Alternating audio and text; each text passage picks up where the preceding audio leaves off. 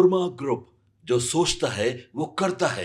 आपके अपने सपनों का आशियाना। नमस्कार, मैं विकास सिंह। देखिए, लगातार हम आपको चौकीदार के मामले जो है वो दिखा रहे हैं। लगातार हर एक पहलू से हम आपको खबरें भी समझा रहे हैं कि क्या कुछ इसमें अब नए निकलकर सामने आएंगे। लेकिन इस वक्त की बड़ी खबर निकलकर सामने आ रही है कि चौकीदार के मामले में फिर से एक बार चिराग पासवान की एंट्री हुई है। चिराग पासवान की पार्टी का कहना है और चिराग पासवान का कि बहुत जल्द नीतीश कुमार से मुलाकात होगी, बैठक होगी और इस मुद्दे पर अब मोहर लगेगी, क्योंकि 10,838 वैकेंसी जो है वो बिहार में अब चौकीदारों की निकल चुकी है और इसकी सूचना नीतीश कुमार ने जारी भी कर दिया है। लेकिन उसके बाद बवाल देखने को मिल रहा है। 21 तारीख को बड़ा आंदोलन पटना से लेकर दिल्ली तक देखने को मिलेगी और एक तरफ कांग्रेस के युवा नेता हैं जो बिहार की राजनीति कर रहे थे, लेकिन अब कांग्रेस का दामन थामे हैं। इंजीनियर राजकुमार पासवान जी हमारे साथ फोन लाइन पर है, कुछ जानकारी के साथ जुड़े हुए हैं। दिल्ली में भी इस वक्त बवाल देखने को मिल रहा है। आम आदमी पार्टी का जो सम्मान योजना आया है, तो बिहार में भी बवाल है। स्वागत है सर आपका। नमस्कार जी, और आपके चैनल को भी, चैनल के श्रोताओं को बहुत बहुत धन्यवाद। बहुत पहले तो सर आपको बहुत बहुत मुबारक हो कि आपने कांग्रेस का दामन थामा, कांग्रेस की पार्टी में शामिल हुए। इसके लिए देखिए, कांग्रेस पार्टी माँ है और उस माँ को मैं भूल गया था। एक गलती को सुधारते हुए मैं कांग्रेस पार्टी में शामिल हो गया और ये माँ ही जो है अपने बच्चे को ख्याल रखती है। माँ ही जो अपने बच्चे को ख्याल रखती है और माँ के गोद में ही सुकून भी मिलता है बच्चे को जी। तो समझिए, क्योंकि भारत जोड़ने वाली पार्टी है, ये देश तोड़ने वाली नहीं है। समाज जोड़ने वाली पार्टी है, ये समाज को तोड़ने वाली नहीं है। संविधान को सुरक्षा देने वाली पार्टी है, ये संविधान तोड़ने वाली नहीं है। और दलित, शोषित, वंचित, गरीबों को मान सम्मान देने वाली पार्टी है। जिस तरह से भोला पासवान शास्त्री को बिहार में 3 बार मुख्यमंत्री बनाने का काम किया, वही पार्टी जो है हमारी पार्टी है। और इस पार्टी में मैं पुनः शामिल हो चुका हूं। 2013 के बाद मैं अब अपने पुराने घर में चला गया हूं। अभी तक मैं जहां भी था नकली घर में था, नकली घर का सदस्य था। अब मैं असली घर का सदस्य हूं। कांग्रेस पार्टी ये और कांग्रेस पार्टी की मजबूती के लिए मैं अपनी सांस, अंतिम सांस तक, मतलब कांग्रेस पार्टी की मजबूती के लिए अंतिम सांस तक मैं लड़ूंगा, संघर्ष करूंगा और कांग्रेस को मजबूत करने का काम करेंगे। देश से लेकर के बिहार तक, दिल्ली, अभी तो दिल्ली की बारी है। अरविंद केजरीवाल जी का पसीना छुड़ाना है, तो पोल खोल केजरीवाल चलाना है और केजरीवाल के जो झूठे वादे, झूठे कार्य और घोटालेबाजों की सरकार रही है, उससे दिल्ली को निकालना है और दिल्ली में कांग्रेस की सरकार बनानी है। जी। लेकिन अगर दिल्ली के बाद अगर हम बिहार की बात करें तो बिहार में भी चुनाव है। अहम हो जाती है कांग्रेस को अपने पैरों पर खड़े करना बिहार में, क्योंकि यहाँ राजद का एक वर्चस्व जो है वो देखने को मिलती है पार्टी के पकड़ पर, और वैसे में कांग्रेस बार बार घुटने टेकती है। लेकिन इस वक्त चिराग पासवान की एंट्री हुई है चौकीदार के मुद्दे में फिर से, और चिराग पासवान की पार्टी का बड़ा बयान निकल के सामने आ रहा है कि बहुत जल्द नीतीश कुमार के साथ बैठक होने जा रही है, जिसमें कई एजेंडे पर मुहर लगेगी, क्योंकि 10,838 पदों के लिए जो है अधिसूचना जारी कर दी गई है चौकीदारों की।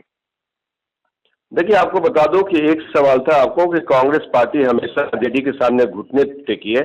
ऐसा नहीं है। ये कॉमन प्रोग्राम के तहत हम लोग साझा सरकार चलाया है और साझा सरकार बनाई है, साझा चुनाव लड़ा। हम लोग का इंडिया गठबंधन की हिस्सा रहे हैं आरजेडी। जिस तरह से हर एक राज्य में छोटी पार्टियां, क्षेत्रीय पार्टियां गठबंधन में होते हैं, उसी तरह से आरजेडी भी हमारे साथ गठबंधन में रही है। सीट ज्यादा कम होना वो कोई बड़ी, इस बार भी हम लोग की दावेदारी मजबूती से रहेगा। राष्ट्रीय नेतृत्व क्या तय करती है, ये कांग्रेस पार्टी की राष्ट्रीय जो कमेटी है क्या तय करती है, उसके अनुसार हम लोग फैसला लेंगे। दूसरी पहलू कि विकास जी की जिसका आप नाम ले रहे हैं, चौकीदार दफेदार के साथ जोड़ रहे हैं, वो तो उसके लायक ही नहीं है। बाबा साहब के मजाक उड़ाए जाते हैं लोकसभा सदन में, चुपचाप से ढपली बजाते हैं अमित शाह के पीछे बैठ के। अमित शाह के पीछे बैठ कर ढपली बजाते, टेबल पीटते और वो कहते हैं कि अमित शाह जिस संदर्भ में कहा है, अरे भैया यही नाथूराम गोडसे और ये लोग संघ भाजपा वाले लोग जो अंग्रेजों का मुखबिरी करते थे, आज तुम किसके मुखबिरी कर रहे हो? वही अंग्रेजी नुमा सरकार का, जो बड़का झूठा पार्टी, बड़का जुमला पार्टी भारत जनता पार्टी है। भारतीय जनता पार्टी के जो शीर्ष नेता है वो देश के आदरणीय सम्मानीय नरेंद्र दामोदर मोदी साहब हो, चाहे ये अमित शाह जी हो, एक गृह मंत्री का बयान इस तरह से अंबेडकर अंबेडकर अंबेडकर अंबेडकर, अरे इतने बार अगर नाम भगवान का ले लिए होते तो तुम्हारी जिंदगी सफल हो जाती, स्वर्ग मिल जाता। ये स्वर्ग और नर्क की बात करते हैं। आपको बता दूं कि अब ये लोग मस्जिद के नीचे मंदिर ढूंढ रहे हैं। भगवान अब मंदिर के नीचे बताया जा रहा है। भगवान अब वहां इंद्रलोक में नहीं, अब इंद्रलोक में जगह नहीं रहा, समझे? अब यहाँ बताए ये लोग नेता लोग अपने बच्चे को ऑक्सफोर्ड यूनिवर्सिटी में बाहर पढ़ाते हैं और यहाँ पे झंडा और धर्म के मजहब में उलझाते हैं, मंदिर की खुदवाई करवाते हैं, मस्जिद को तोड़वाते हैं। तो ऐसे में आपको बता दूं कि चिराग पासवान जिस तरह से ये लगातार मैं कहूं कि चौकीदार दफादार भाइयों के साथ नाइंसाफी हुई है, बिहार के चौकीदार दफादार भाइयों के साथ इंसाफी हुई है नीतीश सरकार में। क्या नीतीश कुमार जी को बिहार की डबल इंजन की सरकार एनडीए सरकार को इतना ये समय लग रहा है एक रिजोल्यूशन लाने में? तो ये चिराग पासवान की हैसियत उस गठबंधन में क्या है? चिराग पासवान एक केंद्रीय मंत्री होते हुए भी अपने समाज के लिए, चौकीदार के लिए और दफादारों के लिए कुछ नहीं करा पा रहे। इन्हें तो नैतिकता के आधार पे रिजाइन कर देना चाहिए चिराग पासवान को, कि जब तुम्हारी सुनी नहीं जाती है, तुम्हारे समाज की बात नहीं सुनी जाती है, और तो ये कैसी ऐसे मंत्री अभी रामविलास पासवान जी होते तो रिजाइन कर दिए होते चौकीदार दफादार के।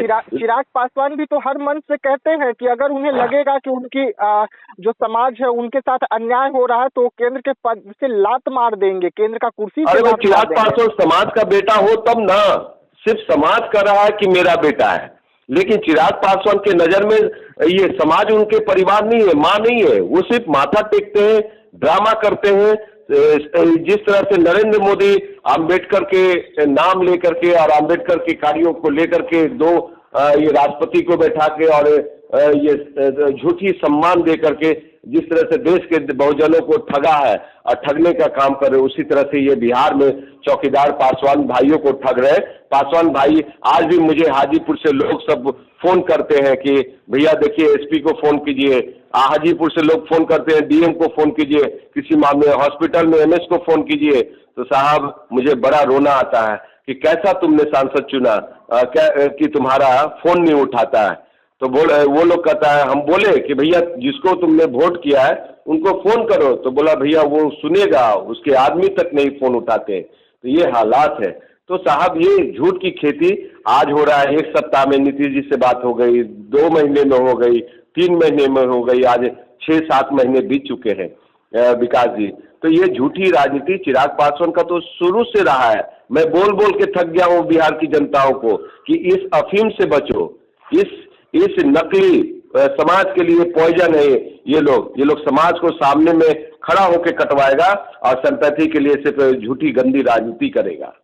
चिराग पासवान एक तरफ कह रहे हैं कि नीतीश कुमार से संपर्क साधे हुए हैं, उधर दूसरी तरफ नीतीश कुमार जो है अध्यादेश जारी कर चुके हैं, वो जो अधिसूचना है वो जारी हो गया है और 10,838 पदों के लिए वैकेंसी निकल चुकी है।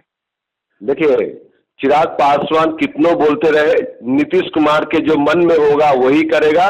नीतीश कुमार पासवानों के, दलितों के दुश्मन है और पासवानों के लिए कुछ भी नहीं किया। ये कुमार ने ये पासवान के बेटा युवा नौजवानों को बेरोजगार रखा, बेटियों को बेरोजगार रखा, बेटियों को कुपोषण का शिकार बनाया, पासवानों लोग को आर्थिक रूप से कमजोर करने का काम किया, सरकार में भागीदारी नहीं दी। फिर भी ना रामविलास पासवान के परिवार बोले और ना ये चिराग पासवान बोल रहे हैं नीतीश कुमार को कुछ। सिर्फ अगर बोलने की हिम्मत है तो बोल के दिखाए मीडिया में। और जिस तरह से यही चिराग पासवान थे ना जो कहते थे कि मेरे पिताजी को अपमानित किया, आज वो वही नीतीश कुमार चाचा बन चुके हैं। हाँ यही चिराग पासवान थे ना जो कहते थे कि ये दलित से महादलित बनाया, और आज उनके गोद में पगड़ी रख दिया पासवानों का। तो इस शर्म आनी चाहिए चिराग पासवान को कि किस तरह की राजनीति कर रहे हैं, गंदी ओछी राजनीति कर रहे हैं। हमने तो चौकीदार दफादार के लिए पटना के जेपी गोलंबर पे अपना अरेस्टिंग दिया, हम गिरफ्तार हुए, और फिर भी समाज को अगर नहीं समझ में आ रही है तो फिर ये मैं कितना उनके संघर्ष किया। अभी भी मैं आपके चैनल के माध्यम से कहता हूं कि बिहार हो चाहे हो, मैं अंतिम सांस तक अपने समाज के साथ खड़ा हूं। जिस तरह से बाबा साहब ने कहा था कि जब राष्ट्र की बात होगी तो मैं देश के साथ खड़ा हूं, और जब समाज की बात होगी, देश में ही समाज की बात होगी, समाज की सुरक्षा का, समाज के साथ खड़ा रहूंगा। मैं समाज के साथ हूं। मैं आपको बता दूं कि चिराग पासवान और ये पूरा परिवार सिर्फ नकली दिखावा और ये कर रहे हैं कि नीतीश कुमार जी ये इतने सारे होने के बाद भी भारतीय जनता पार्टी की जो और नीतीश कुमार की जो डबल इंजन की सरकार है, इस सरकार में अगर इनकी बात नहीं सुनी जा रही है तो इनकी हैसियत औकात क्या है। और ये मंत्री मंत्री ये केंद्र में मंत्री है और हाजीपुर के सांसद है, तो मुझे हंसी आती है कि 5 गो सांसद लेकर के भी इतना कमजोर है ये चिराग पासवान। जी जी, बहुत बहुत धन्यवाद सर पूरी जानकारी देने के लिए चौकीदार के मुद्दे पर। और जो दिल्ली की राजनीति में आपकी एंट्री हुई है, अहम भूमिका में इस वक्त आप दिल्ली में हैं और बिहार चुनाव में भी आप अहम भूमिका में बिहार में होंगे, इसके लिए बहुत बहुत धन्यवाद सर। नहीं विकास जी, दिल्ली की राजनीति में हमको एंट्री करने का मेन मकसद था कि बिहार की राजनीति में जैसे राष्ट्रीय जनता दल यूनाइटेड, सभी जगह मैंने दरवाजा खटखटाया, बिहार कांग्रेस का भी मैंने दरवाजा खटखटाया, लेकिन किसी ने गला नहीं लगाया, मुझे एक्सेप्ट करने से इनकार कर दिया, गले नहीं लगाया। तो मैं दिल्ली में हमारे जो कांग्रेस के पुराने कद्दावर नेता लोग थे उनसे मैंने बात करा, उन लोगों ने मुझे गले लगाया, मान सम्मान दिया।